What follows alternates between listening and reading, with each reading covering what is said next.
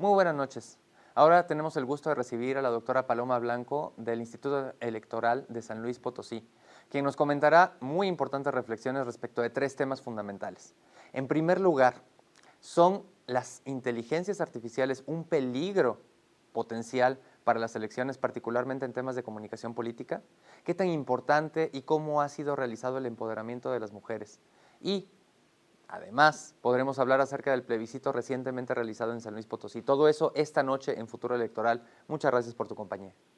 Doctora Paloma Blanco, presidenta del CEPAC de San Luis Potosí, muchas gracias por acompañarnos. Bienvenida, ¿cómo estás? Muy bien, muchísimas gracias. Al contrario, muchísimas gracias a ustedes y al Organismo Electoral de Veracruz por la invitación. Muchas gracias por acudir, máxime en ciernes, entiendo, del inicio. Está por iniciar el proceso electoral en San Luis Potosí, en el estado de Veracruz también estamos por dar arranque. Seguramente cuando el episodio se emita ya habremos arrancado tal vez hasta en los dos lados. Sé muy bienvenida a este estado de Veracruz. Me platicabas que el clima es muy parecido de aquí de Jalapa a la capital, a San Luis. Sí, bueno, en realidad como en San Luis somos desierto, entonces durante la mañana hace un clima frío, luego ya a mediodía se vuelve un poco más caluroso y hacia la noche nuevamente frío. Pero en realidad este clima que tenemos justo el día de hoy es muy parecido, muy agradable, muy semejante al que tenemos en San Luis Potosí.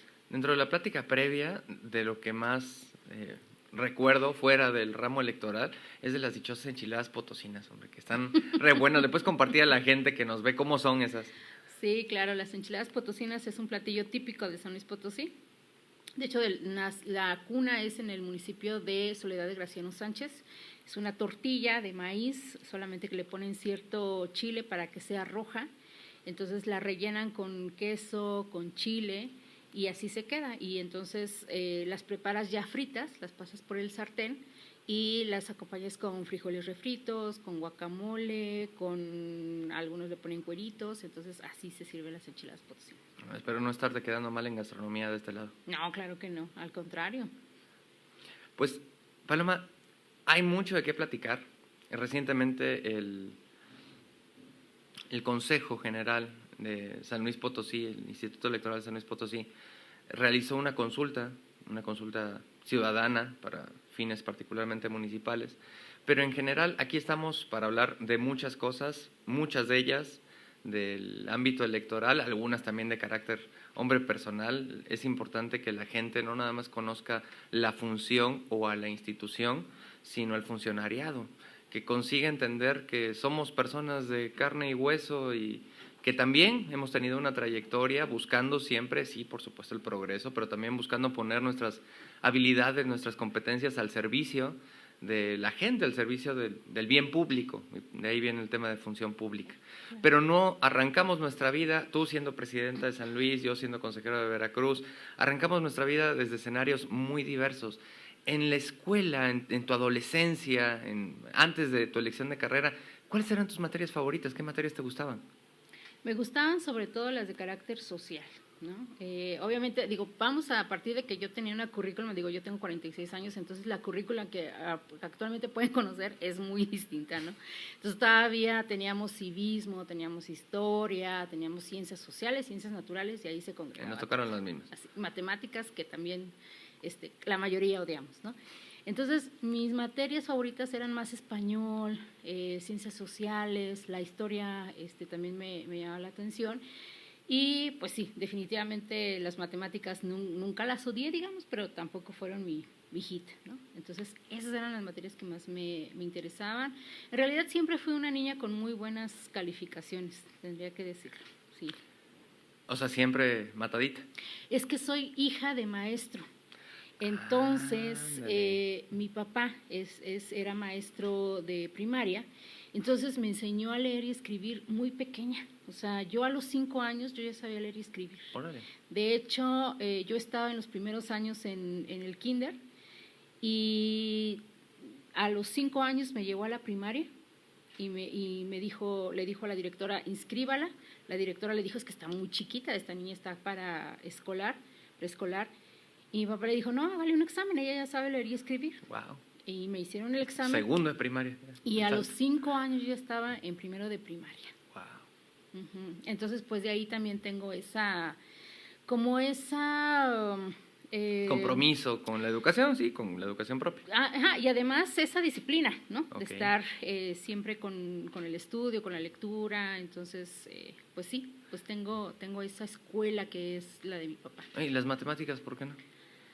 Porque, pues creo que eran como más complejas, digamos. Bueno, a lo mejor en algún momento ya dije, bueno, son más estructuradas. Muchas veces también tiene que ver el tema de la instrucción, de cómo te las enseñan, ¿no? Exacto, Ya. exacto. Son más estructuradas, pero justo a eso iba. Creo que más bien dependía de cada formación, porque sí había maestras en los que, por ejemplo, las materias que inicialmente me encantaban, las terminaba odiando, porque en realidad no había como un incentivo. Ujú. Y había otras en las que, por ejemplo, la química o la física a veces me llamaban la atención, pero también dependía mucho de la forma en la que te transmitían. Totalmente. ¿Cuánto influye quien facilita la educación con la educación misma? Sí. Y, Paloma, cuando tú empiezas ya a dirigir la atención hacia qué carrera quieres estudiar, me imagino que todo este gusto por las ciencias sociales, particularmente por historia, por la lengua, influye un poquito en tu elección de carrera. ¿Tú querías estudiar Derecho? No, en realidad mi interés profesional era ciencias políticas, pero en aquel entonces, cuando yo estaba en esa etapa de definición de carrera, no había, en San Luis Potosí había pocas universidades privadas y la universidad pública no tenía esa carrera dentro de su oferta académica, ¿no? Lo más cercano era Derecho. Y sí había en otros lugares, ¿no? Por ejemplo, obviamente en la Ciudad de México y creo recordar, no me acuerdo si en Jalisco o en algún estado había ciencias políticas, pero déjame contar de que yo fui mamá muy joven. Entonces, a los 18 años yo tuve a mi primer hijo, un año y medio después a mi hija. Entonces, yo empecé la carrera después de ser mamá. Entonces, ¿estás de acuerdo? Y con la responsabilidad del hijo. De los dos críos. ¿Ya de los dos? Okay. Cuando me toca la carrera, a lo mejor no pude irme a otro estado, Okay. porque yo acá pues ya tenía la responsabilidad de las crías. Ajá. Entonces, pues dije, bueno, me va a tocar quedarme aquí, que es lo más cercano que puede estar a ciencias políticas, y dije, pues el derecho, ¿no? Claro. Y la verdad no me arrepiento, creo que la carrera, la perspectiva del derecho, luego a veces es muy cuadrada, pero también te da una perspectiva muy amplia de una infinidad de temas. Pero fíjate, además de que coincido contigo, ahí sí quisiera yo hacer una referencia. No entiendo, poniéndome en el lugar de la persona que elige la carrera, por qué alguien elige ciencias políticas si no te licencia para nada que no puedas hacer sin tomar esa licenciatura. A diferencia de Derecho, que sí te permite pues desempeñarte en un montón de cosas, pero particularmente poder defender gente y ser profesionalmente hablando abogado, abogada de esas personas, y a partir de ahí, por un tema de gusto o de preferencia o de hobby o inclusive de formación profesional, pues empezar a engrosar la formación académica con temas de ciencias políticas, con una maestría en ciencia política, con cosas por el estilo. No lo he entendido y ahora escuchándote, pues me doy cuenta que para ti, de acuerdo a lo que me dices, fue una buena elección. Sí, y en realidad no, pero nunca dejé de lado el tema de las políticas públicas o de la ciencia política, porque una vez que concluí la carrera, entonces busqué una maestría y la maestría fue en Administración y Políticas Públicas. Ah, bueno. Entonces, en realidad, no quité el dedo del renglón, aunque tienes razón, o sea, en realidad ya con la perspectiva que me daba el derecho, aterricé, digamos, en esa materia de políticas públicas, pero ya complementando, pues, no solamente teniendo una visión desde la licenciatura. Profesionalmente, después de estudiar Derecho, tienes un cúmulo de experiencias que pueden verse en tu currículum, pero particularmente me llama mucho la atención que también tienes trayectoria en temas ambientales y en temas turísticos. ¿Cómo llegas ahí? Ok, esa es una pregunta interesante, porque mira, luego a veces cuando dicen, ay, bueno, administración pública, abogado, y luego te fuiste a lo ambiental, como que por dónde, ¿no? Que también tiene derecho. Sí, claro. También hay cosas ahí. Pero lo que a veces luego no se toma en cuenta es que el doctorado que yo realicé es multidisciplinario. Okay. Entonces, había temas o había líneas que iban desde el aspecto químico, desde el aspecto médico, y había una línea que era de gestión pública. O sea, a fin de cuentas, el cuidado del medio ambiente también implica elaborar políticas públicas de naturaleza económica y de otro tipo, que de alguna forma también pues, son responsabilidad del gobierno y de la gestión pública.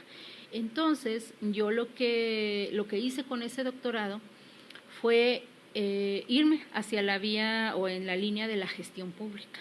Okay. Entonces, mi doctorado fue con énfasis en gestión pública y mi tesis era sobre planificación del turismo sostenible, pero desde el punto de vista de la política pública. O sea, en realidad no hubo mucho distanciamiento entre la materia. ¿Se armonizó? Exactamente, solamente que cayó pues en ese sentido, ¿no? Y la verdad es que lo agradezco mucho porque ver un problema, ahí lo que yo aprendí con este doctorado es que un problema, en este caso ambiental, para resolverlo o para abordarlo, tiene que verse desde un punto de vista integral, ¿no? O sea, no es solamente una cuestión de ecologistas o de ambientalistas, sino que además influye cuestiones de salud, cuestiones técnicas, cuestiones de política pública, cuestiones legales, porque de otra forma dejas descobijado uno de los aspectos y al final de cuentas no va a ser posible llevarlo a cabo. Paloma, con una impecable trayectoria académica de mucha docencia, también de investigación, quisiera preguntarte cuándo es que en tu vida y en esta trayectoria profesional tú te interesas por los temas democráticos, electorales, pero particularmente hablando de democracia al margen de los temas electorales, ¿cuándo te nace ese interés por participar, ejerciendo tus derechos político-electorales, pero también pues llevando todo este bagaje cultural y académico a desempeñarse y dar resultados en ese ámbito? Sí. Bueno, como ya te he comentado, yo tenía la responsabilidad de 2 hijos y a la par estudiaba, ¿no? Okay. Estudiaba y trabajaba. Entonces yo lo que buscaba cuando tenía trabajos era aquellos empleos que me permitieran cierta libertad o cierta flexibilidad de horario porque estaba yo estudiando. Y entonces uno de esos primeros trabajos fue como numeradora en un censo de INEGI. ¿no? Okay. Mucho trabajo de campo, como hacer gestión de tus horarios, de tu tiempo, etcétera, ¿no? Esa fue como mi primera experiencia, digamos, de campo. Y luego se abrió una convocatoria para capacitador electoral. Y el INEGI y el INE, o exacto. el IFE, pues son hermanitos así ahí. Es. Sí, vamos de una hacia otra, ¿no? Sí. Entonces yo participo en esa convocatoria. Ajá. En aquel entonces era otro proceso, justamente en CEPAC, era la convocatoria, eran unas elecciones de gobernatura, y hago mi examen y la entrevista, y las personas que estaban evaluando me dicen, oye, ¿sabes qué? Está muy bien, saliste muy bien, pero a mí me gustas más como para supervisora.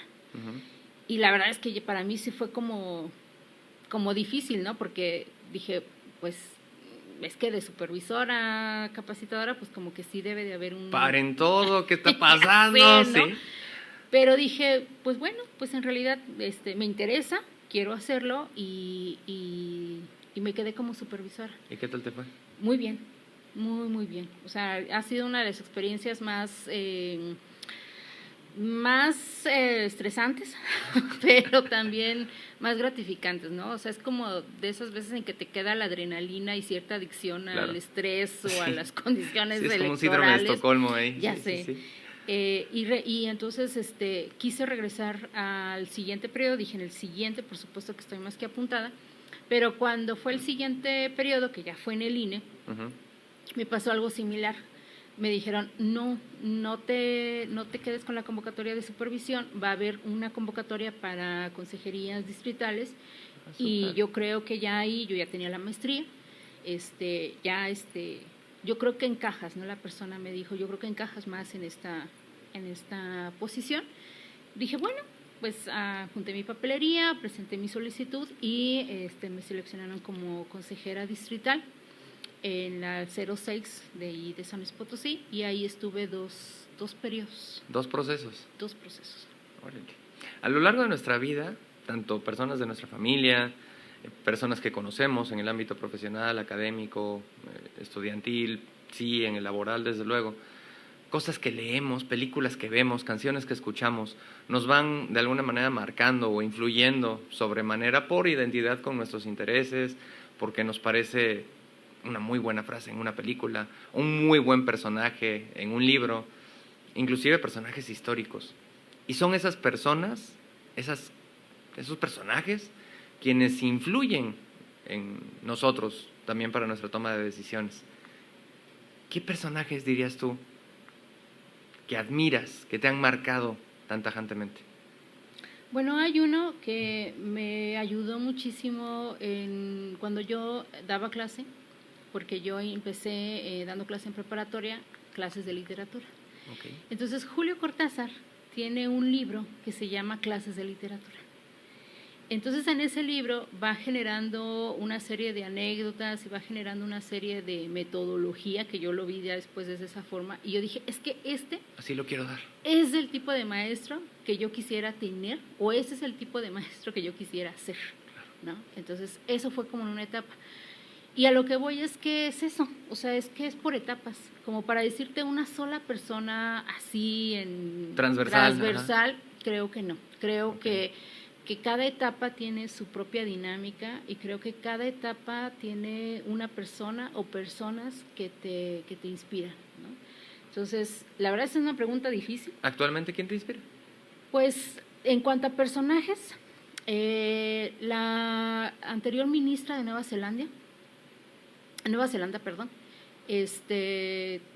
ella ya no está en el cargo, okay. Pero es una mujer que cuando ella ingresa es una persona muy joven y cambia como esta forma, ¿no? O esta cara de generar gobierno, pero lo más interesante es que llegó un momento en el que dijo, yo ya no me voy a reelegir, porque ya supo.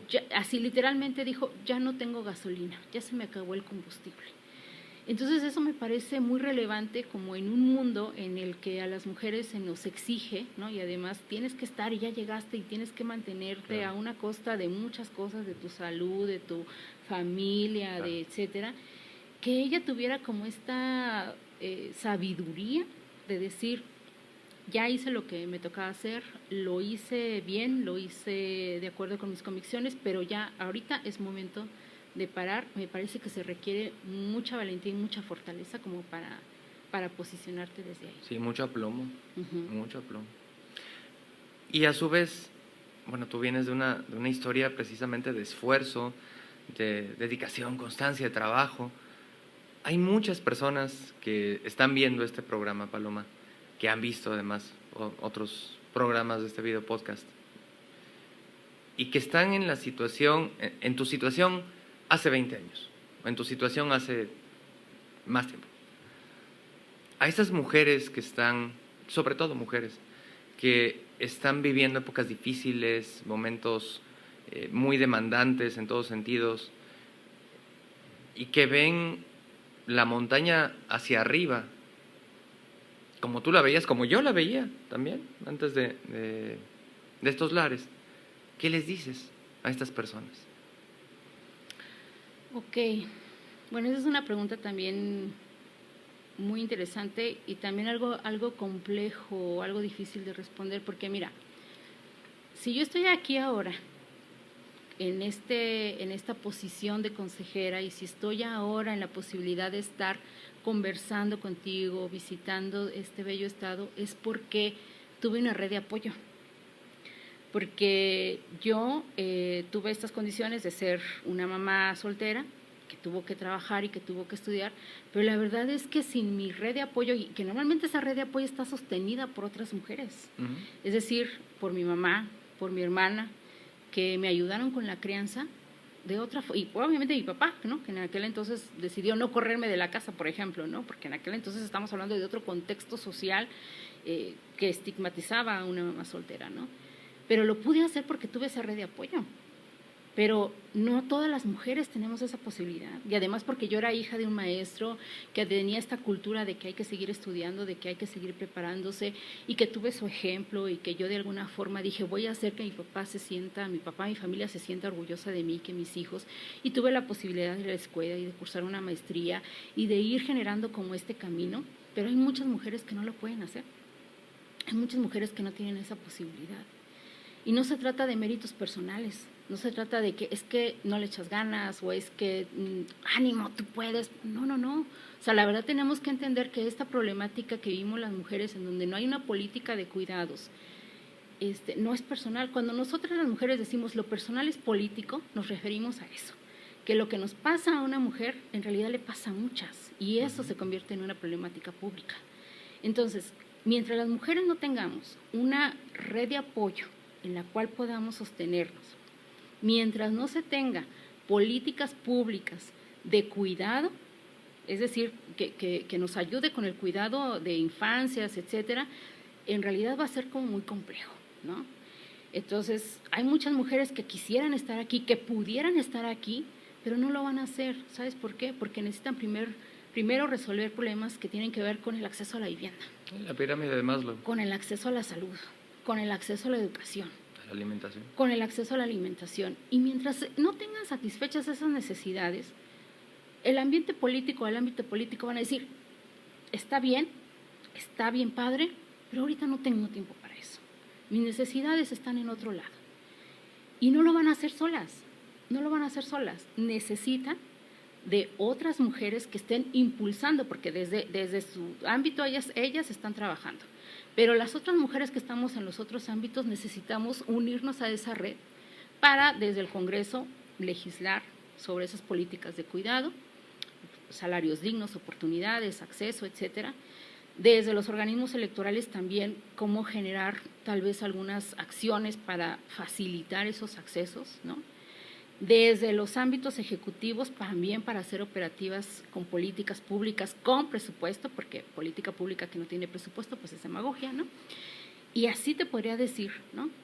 Mientras no tengamos esa red de apoyo, esas mujeres no las vamos a tener en esos espacios. Por mucho que querramos, por muchas acciones afirmativas que generemos, si no volteamos a ver esas realidades, no van a hacer. Entonces yo lo que diría es, no dejen de hacer lo que les toca, generen una red, pero sobre todo las otras mujeres generemos o seamos parte de esa red, ¿no? Les hablas también a las personas que están en la posibilidad de situarse en un espacio de toma de decisiones, que tomen cartas en el asunto, previendo que hay muchas personas que no tienen esas posibilidades y que hay que institucionalmente dirigir políticas públicas para resolver eso y para brindar mayores oportunidades a otras mujeres que están en esa situación. Sí, claro, y no es un llamado gratuito, en realidad es solamente un llamado a hacer la chamba que toca hacer en el momento y en el espacio en el que estamos. Claro, ¿no? Muy bien. Quisiera yo preguntarte, precisamente, derivado de esto que tú nos comentas que sí tuviste, que es esa red de apoyo, que entiendo que no por eso fue fácil el tema, pero sí tenías esa posibilidad. ¿Cuándo decides ser consejera, en este caso presidenta además, del Instituto Electoral de San Luis Potosí? Bueno, yo en realidad ya cuando es la convocatoria para consejera, en realidad era ya mi tercer convocatoria en la que yo participaba. Anteriormente había presentado solamente para consejería. En una, era otra realidad, ¿no? Los partidos políticos en aquel entonces como que todavía tenían una influencia determinante en la denominación. Yo llegué en aquel entonces hasta la etapa de entrevista, ahí se quedó el proceso. ¿Las dos veces? No, la primera. La primera. La segunda ocasión yo estaba trabajando ya en la instancia de las mujeres, entonces del municipio de San Luis Potosí, y siento que de alguna forma no quiero decir que me autosaboteé, sino que más bien creo que no le eché tantas ganas como se hubiera esperado, porque claro, yo ya sentí un compromiso, ¿no?, de terminar el trabajo que estaba haciendo en la instancia. Son 3 años, en realidad es poco lo que puedes hacer, y más si estás como distraída en otras cosas, claro, ¿no? Una vez que es el último año en la instancia, sale la convocatoria para la consejería en presidencia y pues me animo a participar. Dije, bueno, la tercera es la vencida, ¿no? ¿Y fue? Y fue. Así es.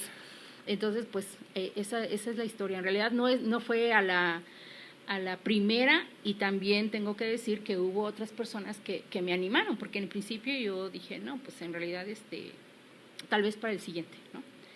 Pero me animaron y bueno, pues decidí presentar la solicitud prácticamente unos días antes de que concluyera la convocatoria. Uf. Bueno, que si por algo se caracteriza San Luis Potosí es por tener gente muy capaz. Ahí le mandamos muchos saludos a Marco, a Zelandia, a Graciela, al resto del consejo. Sí, claro. Si por algo se caracteriza es por tener gente muy capaz, como tú comprenderás. Gracias. Y es interesante, en la tercera ocasión que participas, quedas de presidenta, como si, bueno, pues la vida o el universo te estuviera diciendo, espérate, en las otras dos, ¿no? Exacto. Va a estar mejor esto, va a estar mejor esto, y te fue llevando hacia esta posición. Es interesante porque mucha gente no sabe cómo se definen las integraciones de los consejos, cómo se eligen las consejerías electorales. Es un procedimiento un poco complejo, con el examen, el ensayo, la entrevista. Obviamente, además, conseguir el voto favorable en sesión de consejo de 8 consejeras o consejeros electorales del Instituto Nacional Electoral. Yo admiro, porque no es mi caso, el hecho de que tú, siendo potosina de nacimiento, en tu vida has vivido en San Luis Potosí y tienes la oportunidad ahora y la responsabilidad de presidir un consejo en tu tierra natal, pero en tu tierra, no en tu estado, que vienes de una esquina del estado y te vas a la capital, no. En donde creciste, en donde te formaste, con la gente que conoces. ¿Cómo te sientes con eso? Pues sí da un poco de susto, la verdad. No, en realidad es una responsabilidad muy grande, ¿no? Porque tú conoces la dinámica, incluso en algún momento, pues seguramente te ha pasado a ti, en algún momento, en algún lugar, en alguna posición, te convertiste o eras crítico, ¿no? del actuar, claro, de ciertas autoridades. Entonces, pues a mí también me pasó, ¿no? Entonces, ya estar, es una lección de humildad impresionante, porque ya estar, ahora sí que en el ojo del huracán, podríamos decirlo, ¿no? Como ya la dinámica, pues obviamente te das cuenta de que existen muchísimas vertientes en el trabajo, pero que eso no significa que tenga que hacerse menos, ¿no? Entonces, me siento contenta. Sé que en realidad es un reto, pero vaya, pues de alguna forma siempre la vida, yo creo que en todas las personas nos ha colocado en esos retos, y entonces se asume, y pues con mucho compromiso, ¿no? Para sacar adelante la gobernabilidad en San Luis Potosí. Paloma, durante tu paso ahora por el CEPAC, ¿de qué decisión te has sentido particularmente más orgullosa? ¿En tu carácter de presidenta, un voto? Pues ha habido varios momentos en los que me parece que ha tenido que defenderse desde lo interno y lo externo, la autonomía y el actuar de CEPAC, ¿no? En realidad creo que no ha sido una decisión de una sola persona, ¿no? Hay que decirlo. Los organismos públicos electorales somos órganos colegiados, entonces las decisiones se toman en colegiado. Pero más bien lo que yo te podría decir es que, más que de una decisión, yo de lo que me siento muy orgullosa es del equipo de trabajo del organismo electoral, del organismo de las consejerías, o sea, desde las consejerías, porque son personas muy institucionales, son personas que con independencia de sus personalidades y de su forma de abordar los problemas, en realidad han sido un bloque, digamos, en el que yo me he sentido muy apoyada, muy acuerpada, y eso creo que es algo que te permite transitar en la toma de decisiones y en el abordaje de los problemas. Y por supuesto también del personal, ¿no? De las direcciones, de las titularidades, que en mayor o menor medida siempre están ahí presentes y muy comprometidas y comprometidos con su trabajo. Fíjate qué bonito que una líder se exprese así del equipo que tiene. pues es que no tengo más que reconocerle de verdad.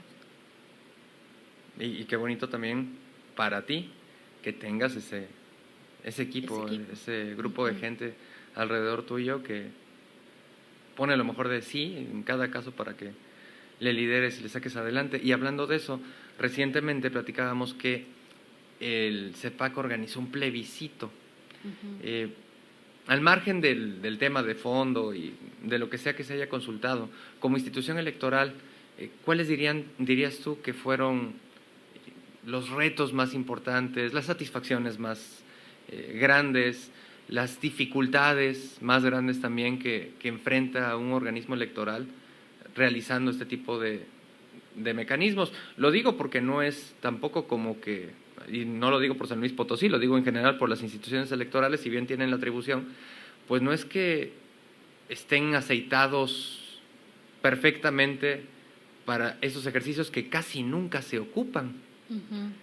Normalmente sí están muy aceitados para los procesos electorales y funcionan maravillosamente, tanto los soples en el ámbito local como el Instituto Nacional Electoral en el ámbito federal, para organizar los procesos electorales. Pero para estos mecanismos que, pues, no sé, como una bisagra que no se mueve mucho, ¿no?, en la gran puerta democrática de nuestro país, ¿cuáles han sido estas connotaciones derivadas de este proceso que ya terminaron ustedes? Bueno, en el caso de San Luis Potosí sí fue todo un reto, porque a pesar de que sí tenemos una ley de referéndum y plebiscito que data de 2014, la verdad es que nunca se había hecho operativo, es decir, nunca se había solicitado ni un referéndum ni un plebiscito, ¿no? Entonces, esto ya de por sí te genera pues ese reto, ¿no? Claro. Por otra parte, la ley de referéndum y plebiscito resultaba muy general, demasiado general, ¿no? Entonces, en cuanto a plazos, procedimientos, actos, etcétera, era sumamente amplia, y eso generó, por ejemplo, en el caso de CEPAC, la necesidad de trabajar en lineamientos para poder aterrizar muchas cosas que en lo operativo necesitaba una definición, ¿no? Ese fue como uno de los primeros retos.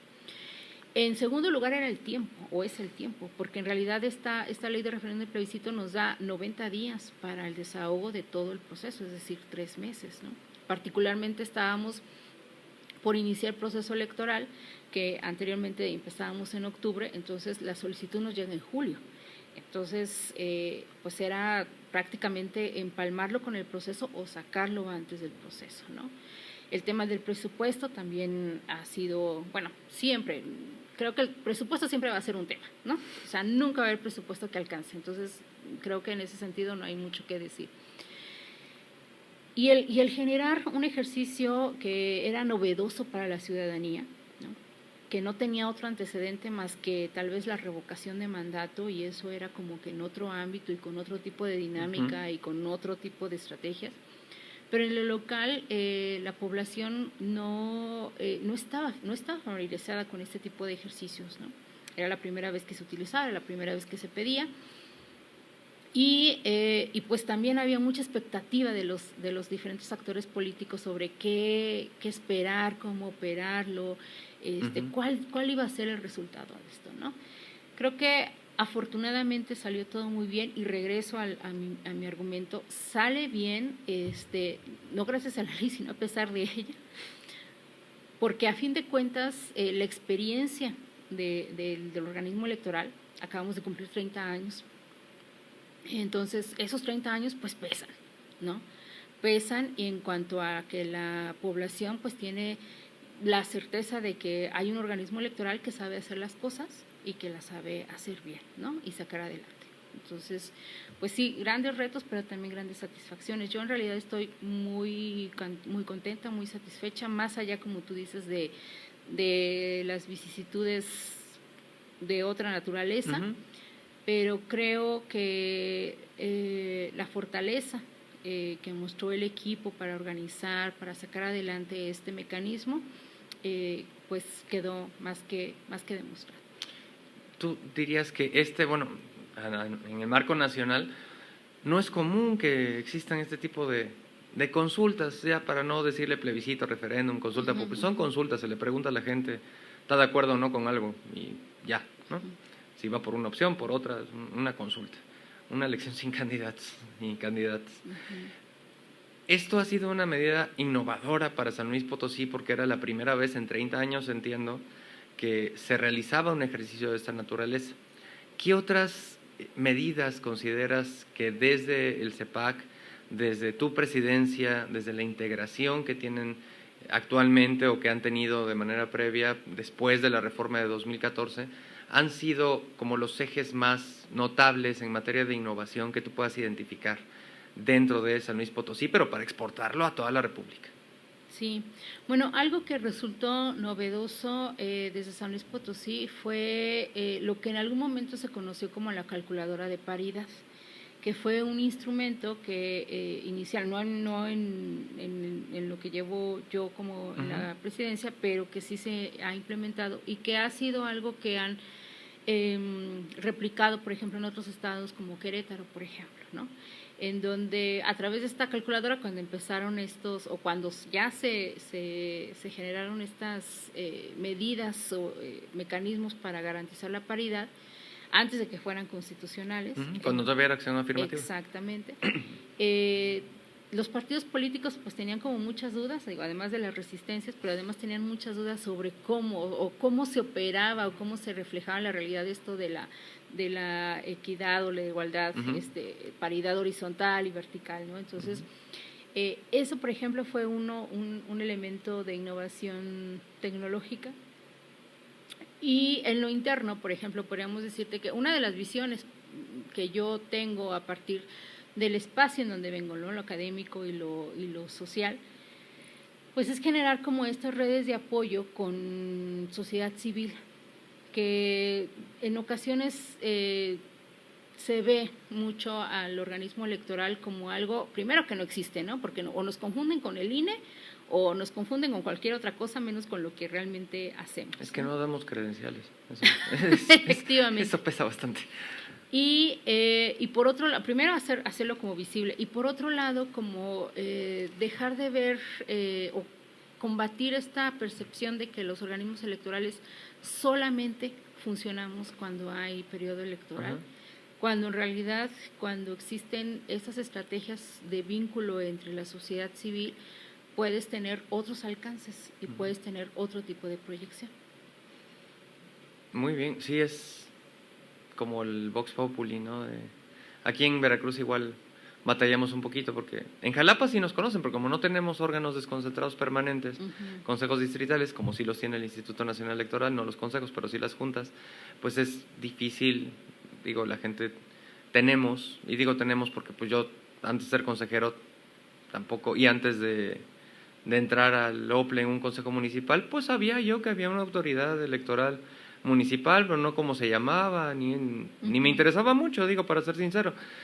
Antes, estoy hablando antes de 2014, después con 2014 viene todo esto del tema de la reforma, se pone en un contexto de discusión nacional y bueno, pues ya a partir de ahí sí hay mucha más presencia mediática, cuando menos, de los órganos electorales locales.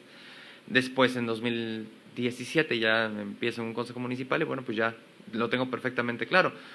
Pero no tener presencia en un estado como San Luis Potosí, que es grande, como en el caso del estado de Veracruz, que pues es una extensión a lo largo muy importante y a lo ancho nada despreciable, pues también hace que cada 3 años o 4 años, cuando ya recuperas consejos municipales o consejos distritales, puedas entablar una discusión más cercana con la gente de todos estos lugares. ¿Qué opinas de eso? ¿Crees que los órganos electorales tendríamos locales? ¿Sería ideal que tuviésemos presencia?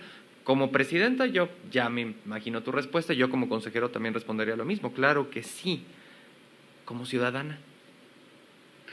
Bueno, es que me parece que como ciudadana siempre tienes que tener como esa cercanía, ¿no? Como esa cercanía con alguna autoridad como para identificar qué es lo que hace, ¿no? O sea, yo te puedo decir que, por ejemplo, en cuanto a ámbitos de gobierno, por ejemplo, ejecutivo, pues a lo mejor lo que sucede allá en la presidencia de la República, pues lo ves por las noticias, lo que en el Estado, pues también.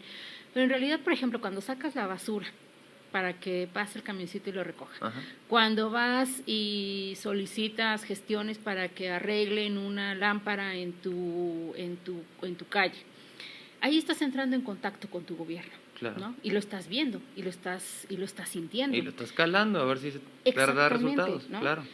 De esa forma también tendría que existir una cercanía, pero tenemos una dificultad. Que en el caso, por ejemplo, de este tipo de gobiernos dicen, ok, aquí está tu kilómetro de carretera, aquí está tus 3 lámparas funcionando. Al día siguiente que sales ya no está la bolsa de la basura. Ajá. Aquí está el camioncito que pasa, ¿no? Claro. Aquí no es de que, ok, ahí van tus 3 kilos de democracia, ¿no? O Claro. ahí van tus 3 kilómetros de medidas afirmativas. Pues en realidad no lo tenemos así. Claro. Entonces, de alguna forma, a pesar de que puede haber cierta cercanía, la ciudadanía no siente eso como algo palpable, algo que pueda sentir, algo que pueda percibir, ¿no? Y yo creo que por eso, precisamente, estos mecanismos de participación ciudadana que salen fuera de los procesos electorales pueden ser como ese mecanismo de decir, bueno, no son tus 3 kilómetros de democracia, pero es este organismo está realizando esta consulta para un tema de impacto municipal. Estás decidiendo qué hacer con un cierto presupuesto. Estás decidiendo si tu presupuesto, si prefieres una carretera y una escuela, ¿no? Por ejemplo. Y como que de esa forma, como que la gente se habitúe a lo que hace la autoridad electoral, a que sea una constante, una permanencia constante, pero a través de un producto muy específico. Porque en realidad los organismos electorales hacemos muchas cosas, todo el año, todo el tiempo. Todo el tiempo estamos ocupados, todo el tiempo estamos ejecutando. Y sobre todo cubrimos un vacío que nadie más cubre. Exacto. Cultura democrática. Por supuesto. Pero, ¿cómo trasladas eso a la percepción de la población para que diga, ok, aquí están mis 3 sacos de cultura democrática? Claro, claro, estoy de acuerdo contigo. A fin de cuentas, la presencia dará más uso del trabajo de las instituciones electorales. Y hay otros intangibles también, ¿no? Claro. ¿Cómo mides el tema, por ejemplo, en tema de educación? Y hay delegaciones de secretarías de educación, como debe de ser, qué bueno. O la política regional, y hay delegaciones de política regional, Claro. y como debe de ser. Entonces, estoy de acuerdo contigo, creo que es una reflexión interesante. Lo que nos comentas no es tan fácil de medir los entregables del servicio que se presta, pero no tenerlo, y me refiero particularmente al tema de la paz social que se genera cuando hay un correcto desempeño de las autoridades electorales, no tenerlo se nota mucho más que tenerlo. Por supuesto. Mucho más. Sí, claro. Paloma, es importante mencionar que el año que viene, en 2024, ustedes van a tener un proceso electoral en donde se van a elegir, si no estoy equivocado, diputaciones y ayuntamientos. Es correcto. Para darle el contexto a la gente que nos ve, hay, según lo que me has comentado, 15 distritos electorales en San Luis Potosí y 58 municipios. Así es. Ese es, el tamaño de la elección que van a tener ustedes el año que viene. ¿Cuáles son los retos que tú identificas como más importantes para ustedes en pos de las elecciones del año que viene y cómo los piensan resolver? Bueno, en el caso de las elecciones municipales creo que el reto más fuerte tiene que ver con la propia dinámica local, ¿no? Pues a veces ya ni siquiera es cuestión como de partidos, sino más bien como de grupos sociales, familias, ¿no? Que justo en estos temas es cuando se polariza o se tensan un poquito más las situaciones. ¿Verdad ¿no? que más en las municipales que en las Sí, distritales? claro. Sí, mucho más. Sí.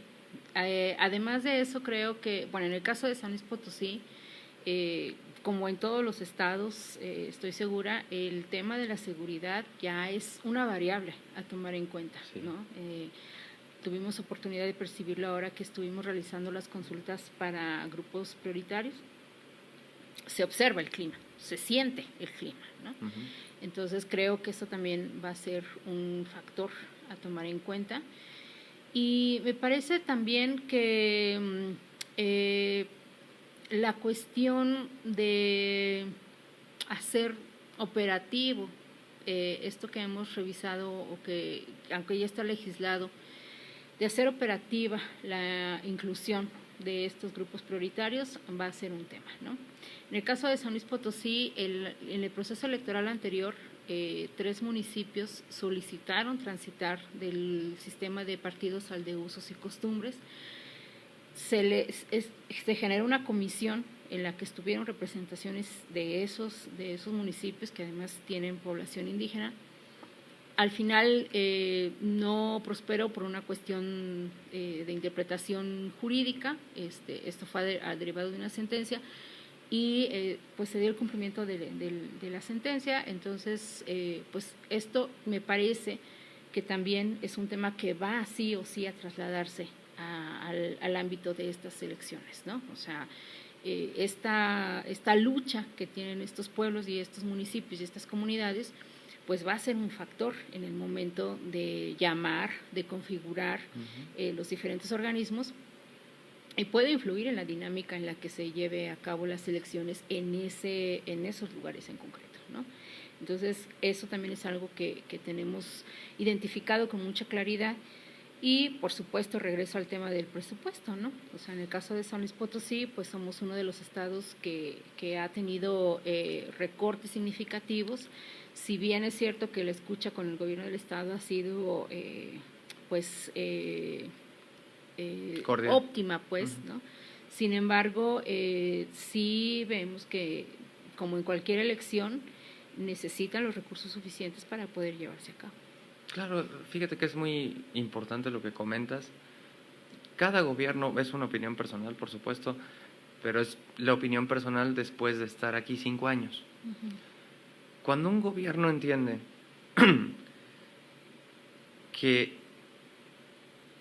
las elecciones en paz y las elecciones bien organizadas son un requisito sin el cual no pueden tener paz social, es infinitamente más probable que exista esa escucha, esa cordialidad en los hechos, porque nos pueden tratar de manera muy respetuosa y muy,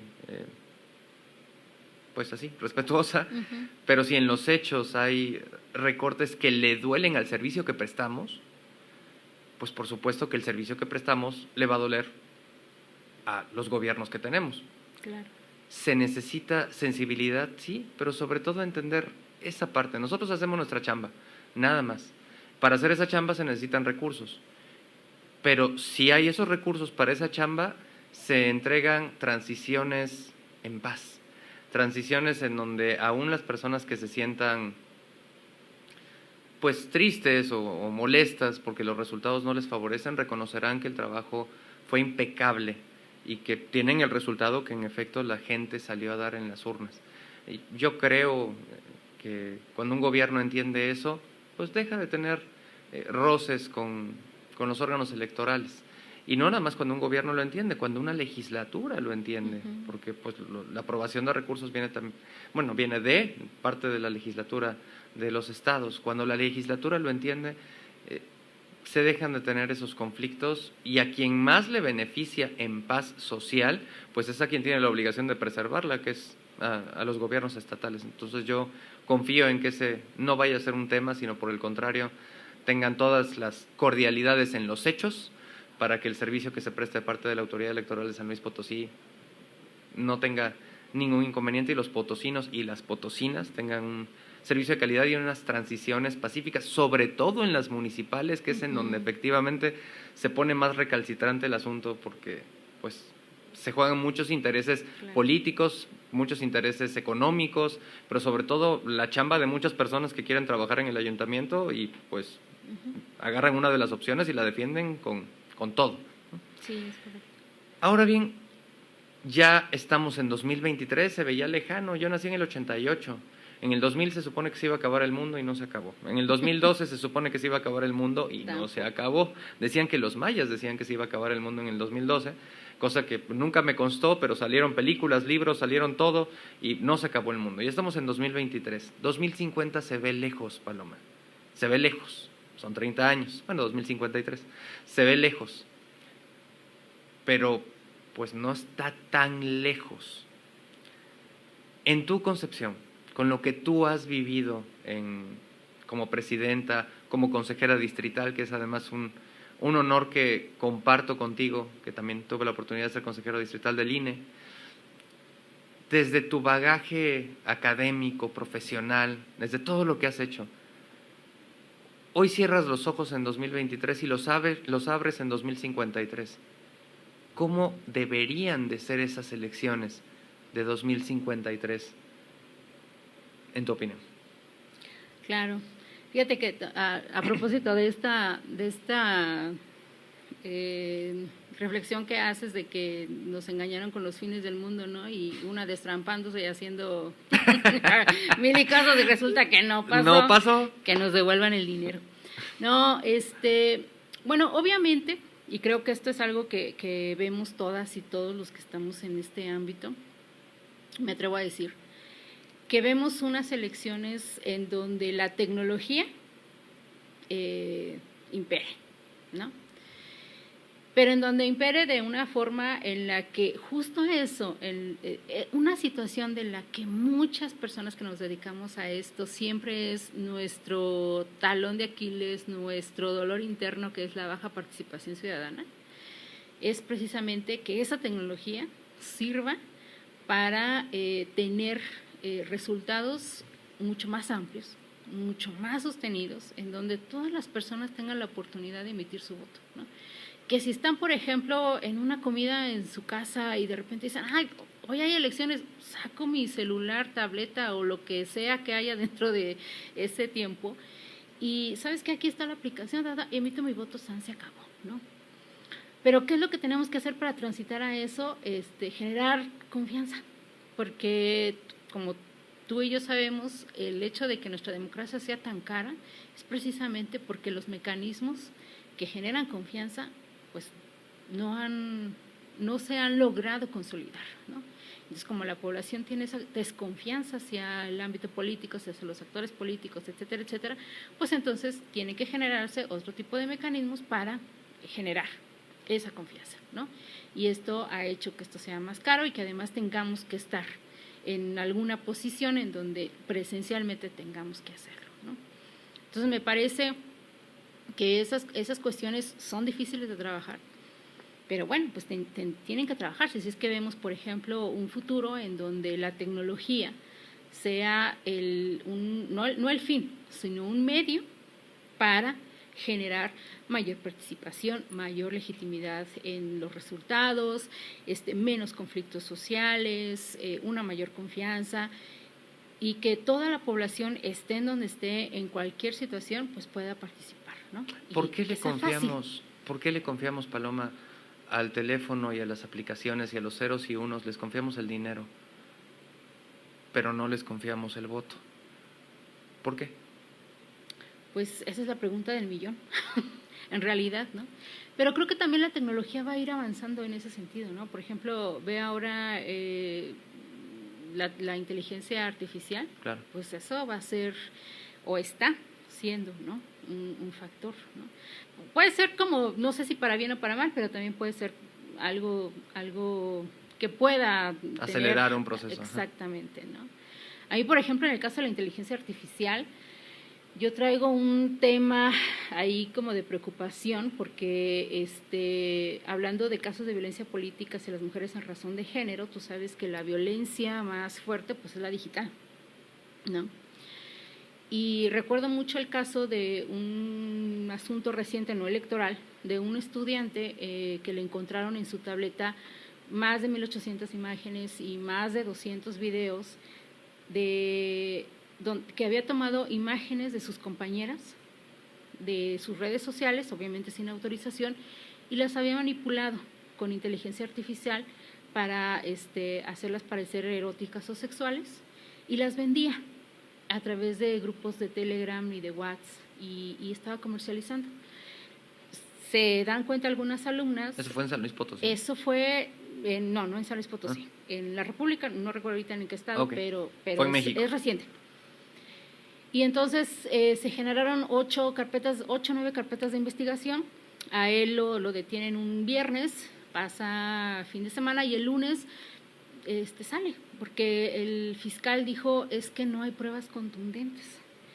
Y el argumento es que no son ellas, son imágenes manipuladas. en realidad no son ellas.